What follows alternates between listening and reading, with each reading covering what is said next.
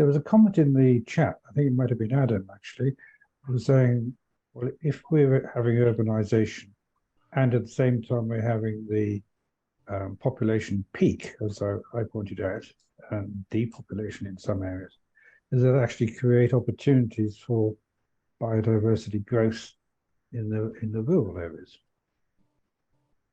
Yeah, that was my comment.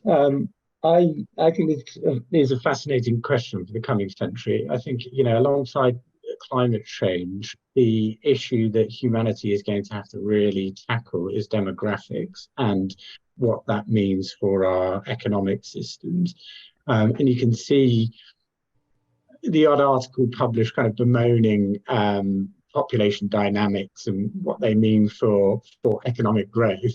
And thankfully, they're quite often, when you read the threads below it, the kind of shift of public opinion seems to see that as a good thing, peaking populations, but it doesn't mesh very well with the current version of capitalism that we have and the impact that it has on things like the stock market, pension funds, systems of kind of wealth accumulation over a lifetime that then allow for a retirement. All of those kind of systems will need to be rethought in a society with a rapidly, and I suspect it will be quite rapid actually, declining population by the end of the century. You've highlighted two things there, Adam, I'd like to pick up on. One is the declining population or potentially peaking population. One of the successes of development is that more than 50% of the world now is middle class and heavily consuming. And as we turn into old people like me who consume a lot globally, just because the population is peaking doesn't mean that consumption is peaking. So we have to be aware of that distinction. The other very good point is, the global economic system, particularly the Milton Friedman monetarism model that derives sort of profit. The whole point of money is to make money, is to make money, is to make money, and screw everything else. That is, an 80s plus, 1980s plus megatrend that we simply have to stop. We have to kind of put the brakes on that tanker. If we're to protect any of the other capitals that it consumes. So economic change is ultimately going to help us deal with the other direct drivers that Gary's noted in the IPBES report. Sure. I mean, just pick up on that. I think fundamentally, I think it was made clear earlier on, it does require a massive mindset shift. And that mindset shift is reimagining value. And at the moment, we see value in consumption and monetary wealth. And donut economics and post-growth economics and all those kind of other kind of new models are kind of thinking about ways of reimagining value. And if somehow markets are able to capture the new version of value, then maybe that doesn't kind of really matter as to what's being traded, as long as they're trading something, because that's what they like to do. But I just want to pick up this point about consumption, which I completely agree with. The population and consumption are related, but go back to Paul Ehrlich. When was it? 1970 something, when he came up with the IPAT equation, which showed that the impact is related to population, but also the extent of acquisition of natural resources and the technologies that we use for acquiring those.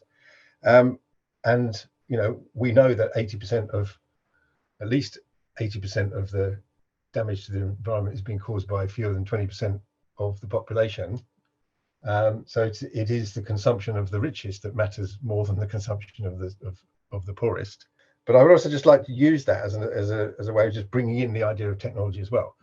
That we have wreaked the havoc we've wreaked because of technology.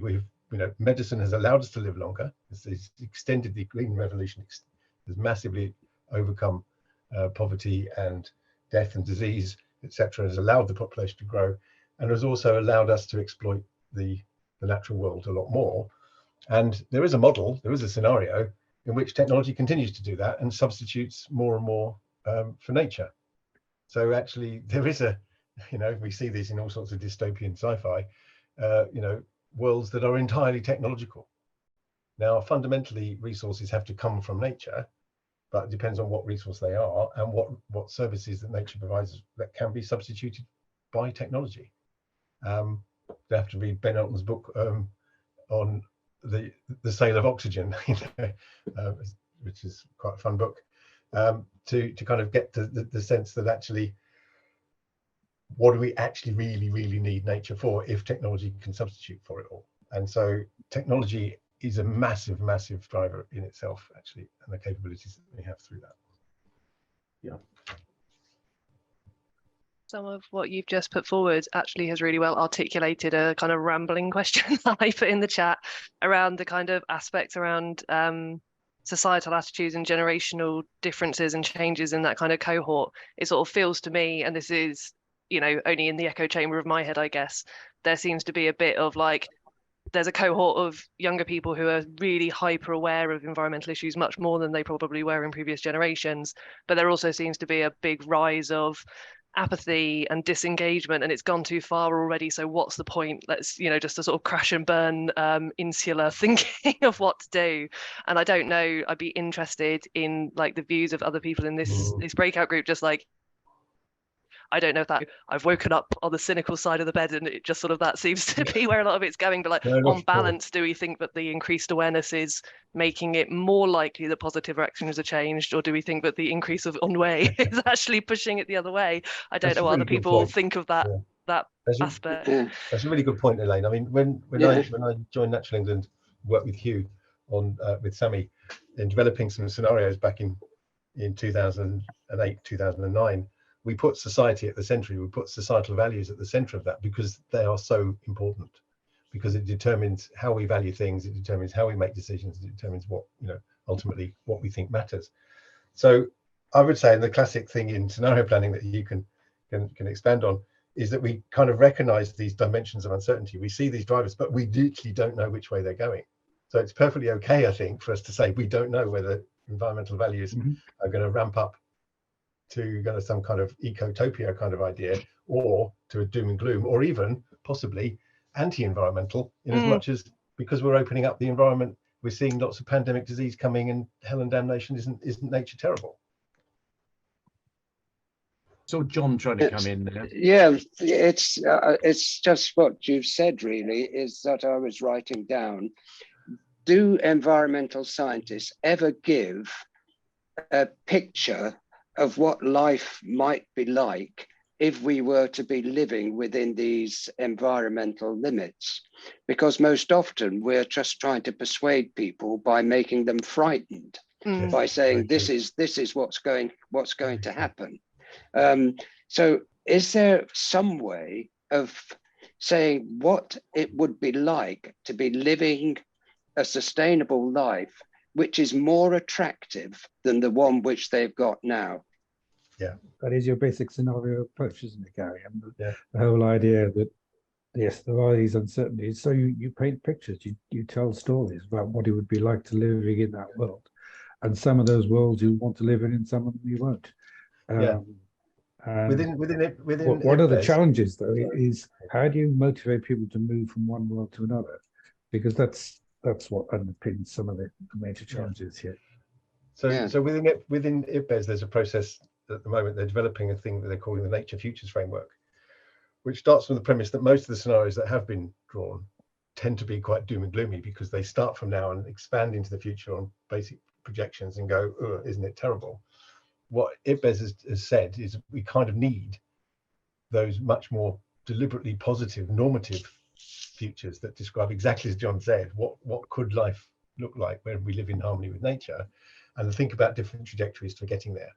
And we're going to do some work later this year to kick off a process of piloting that and actually exploring with communities at different scales how we might do that. The really interesting point about that framework comes back to Elaine's point, is it's entirely framed by the values that we have towards nature. Do we see nature as intrinsically valuable, instrumentally valuable, or is it kind of part of our identity in a kind of relational sense? And you can kind of play tunes with those kind of value sets to draw those scenarios. So if you can do it locally and you've kind of got some consensus around where on your kind of mixing desk of values, you know, you're painting that picture, then maybe that is enough to encourage and motivate people to move in that space. Yeah, it does feel like that's almost the missing piece. And I mean, I know it comes up in lots of discussions on lots of different fronts, completely outside of environmental issues. But obviously the rise of social media and the internet and everything being available does mean that it just is like drama, bad news, bad news, bad news, bad news, like a constant feed of why even bother? It's all just doomed to fail. And it's sort of that slightly more considered, realistic, middle ground, optimistic piece doesn't seem to get a look in. Exactly. And we kind of know, I mean, the evidence points to the fact that doom and gloom and fear does not motivate people. In fact, it does, you know, it's counterproductive in that sense. Definitely. The other thing is to paint the doom and gloom in a different way. In one of the interesting strands I've been seeing is about the argument about the stranded assets of the fossil fuel companies. That if the net zero commitments are to be met, then all these reserves of oil and coal and gas can't be mined, can't be used. So the balance sheets of the major fossil fuel companies are in real risk. And it seems as if the banking institutions have started to recognize this and are calling upon financial institutions to do scenario analysis around that. And so if you can paint that story and saying, well, the only way out of this, assuming we're going to live, you've got to do something about your balance sheets and BP has to be investing far more in renewables than it's giving to its shareholders. So, you can use doom in a positive way, I suppose. I mean, just being doom merchant for a while, the opposite of that is, Christ, you know, we don't want these assets stranded, so let's exploit them and squeeze them to the hilt as quickly as we can. So let's squeeze out as much oil and gas out of the ground as we can. Yeah, but I mean, it's certainly, why are you issuing more licenses to dig out oil? And it just makes no sense. Yeah, exactly. I just wanted to bring up a point regarding change management, because we are in a process of change and we're trying to encourage change in a positive direction. I'm speaking specifically with my trustee of the Herts Middlesex Wildlife Trust biodiversity hat on. And that change is essentially, like all change, A to B plus benefits. And I think it's absolutely right, Elaine. You know, we can't bang on about the negatives and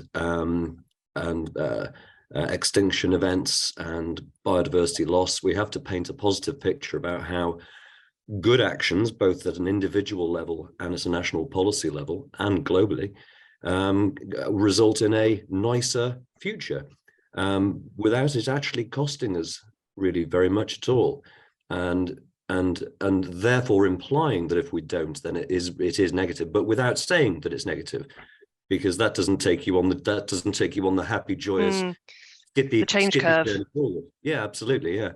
And there's some research that Hampshire and I think the Hampshire and the Isle of Wight Wildlife Trust did on tipping points and critical mass. And you only need about 25% of a population to be doing something positive that's different in an area, for instance, nature conservation, for it to gather the momentum that everyone just does it by default. And it makes it very much easier for politicians to say, well, of course, we're going to legislate to support that and invest in the organizations that are proactively delivering on that. So they're just my kind of overall thoughts. And we've got an engagement committee meeting next Friday where I shall be referencing a lot of the fantastic points that have been made today. Thank you. And another one, Keith, that is a really old saying, but it's as old as the hills, literally. The Stone Age didn't finish because we ran out of stones. It's in the human spirit that better is where we try to head. If we define better as you know, trading my shitty old car for a Lamborghini, then that's one model. But if we have it for, you know, a cleaner, greener future where my daughter can continue breathing, then that's another model. We are just miserable buggers, actually, and I've been aware of that in my 50-odd years of doing stuff, that we're so addicted to banging the drum to make the message that we've forgotten that we're trying to create joy and a future, and a livable future. You know, we should be working with a lot more artists, in my view, to reach into people's, particularly younger people's, sort of dopamine hit centers. Yeah, I would just say that I think we can learn a lot from the ESG area, because they are managing to get people to change the corporate recording and the corporate focus based on benefits. Now, purely in the company that I work for, we are now putting through our KPIs for our sustainability, and it is purely to make sure that we have continued investment moving forward. But I mean, I've been in the industry for not as long as you, 25 years, you know, a long time. And I've been going, it used to be CSR and all sorts of things. Now it's ESG. And for the first time, I'm beginning to feel that that is moving. Now, do I know that it's focused around corporate, certain KPIs that I don't agree with? Yes. But I'm just saying that's probably one area where it has actually worked. And it just goes back to the values associated with different things. I'm just trying to think of, you know, we are doom and gloom. And I do actually disagree with someone who mentioned that we're always going towards better. I agree with you. What is better? But I just think we're the human condition, we're exploitative. And I just think we need to sanction for that. You know, people in power will not give their power away. It never happened. So we need to, it's all the governance and that we need to put in place to make sure that everybody's looked after. Cheryl, you're absolutely right. And just a positive note from my side, I was at a conference where future of work research had been done. And certainly the younger generation, even up to the under 40s, now put the social competence of their employer and their commitments to environmentalism and sustainability almost alongside salary. And so employers are going to have to smarten up. You know, if they want to recruit from the biggest talent pool, they're going to have to do the right thing. And so I do see positives ahead. Yeah.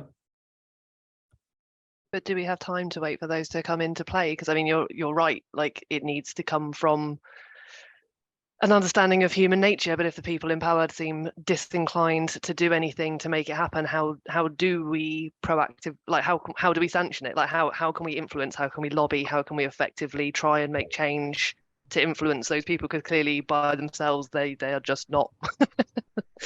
And when you look at the kind of governance, certainly that we've had voted in over the last X number of rounds, and where their focuses lie, clearly, like the groupthink on this call, we're in a bit of a different place to the general electorate. So it is a worry, isn't it? And it's the whole thing about the dove and the whatever, the dove and the bear, or whatever, whichever way round it is. And we're in this with all of the things that we've learned in the past, and we still talk about fake news, lying, materialism, exploitation. It's how have we got to this point? Yeah. And I am positive. I'm not a negative person, but I just don't. I think we have to stop pretending that people are going to change, and we have to start putting in place mechanisms to protect people and protect the environment. Can I just pick up on this thread, because I think we come back to the question that Joseph asked us, actually, what's the implication of environmental sciences?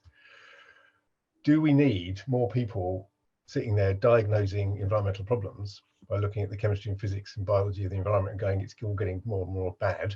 Or do we want people actually focus much more on solutions? What Duncan Wingham, who's now the Natural Environment Research Council Chief Executive, talks about a shift from environmental diagnosis to environmental cure.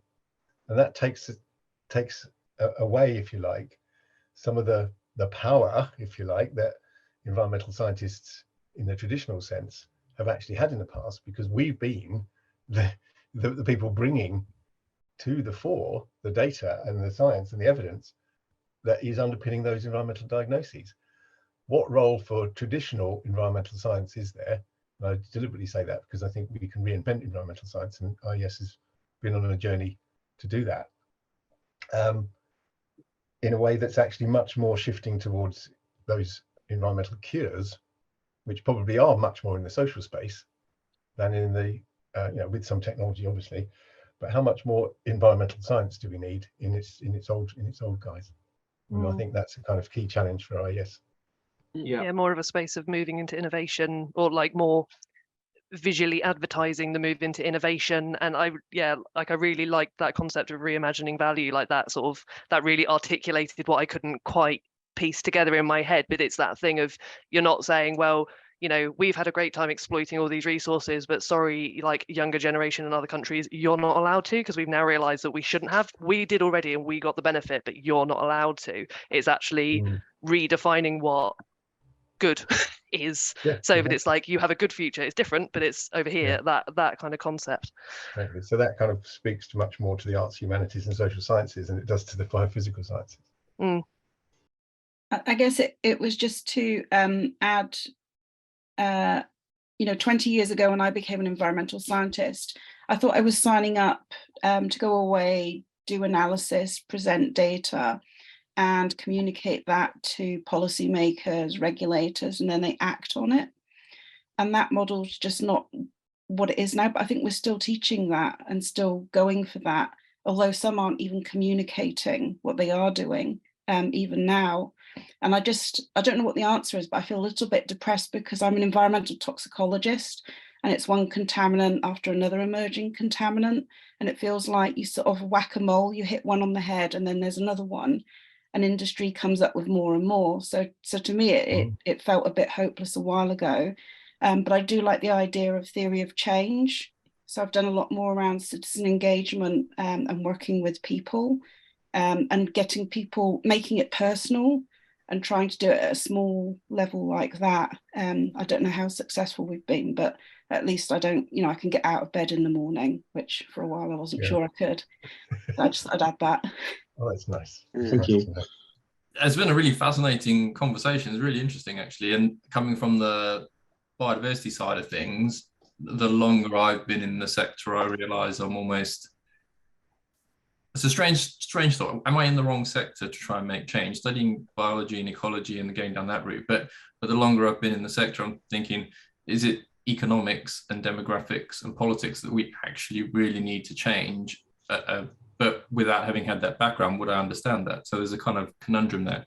And I have to say, I'm kind of cynical about the direction of travel, to be honest, but that's, we all have those days. I'm curious we've been talking about analysis and understanding the science, and there's masses of that, and now it's about making that change. And I'm curious as to, because I haven't entirely made up my own mind, I suppose, on where we see things like Just Stop Oil and Extinction Rebellion shouting and making the noise and creating the publicity. But there's also a big negative backlash around disruption that we need, but is that the right way to create it?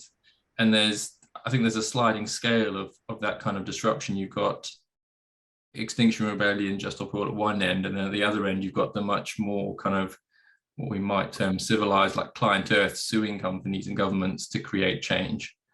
But I'm curious as to views on that.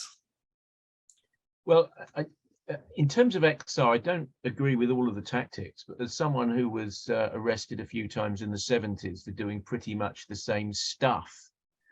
In the 70s, I mean, when I started, there wasn't an environment department on Earth. And we've moved a long way. I mean, I guest edited the 50 years since the Stockholm Conference special edition of Environmental Scientists just recently. Because we have been on a journey, we need to acknowledge the successes as well as the ongoing frustrations. But there's a spectrum. For things that are not on the agenda, we need means to put them on the agenda. Once they're on the agenda, we need to move into a solutions way of working to give better. And that, to me, is one of the things I really take from this conversation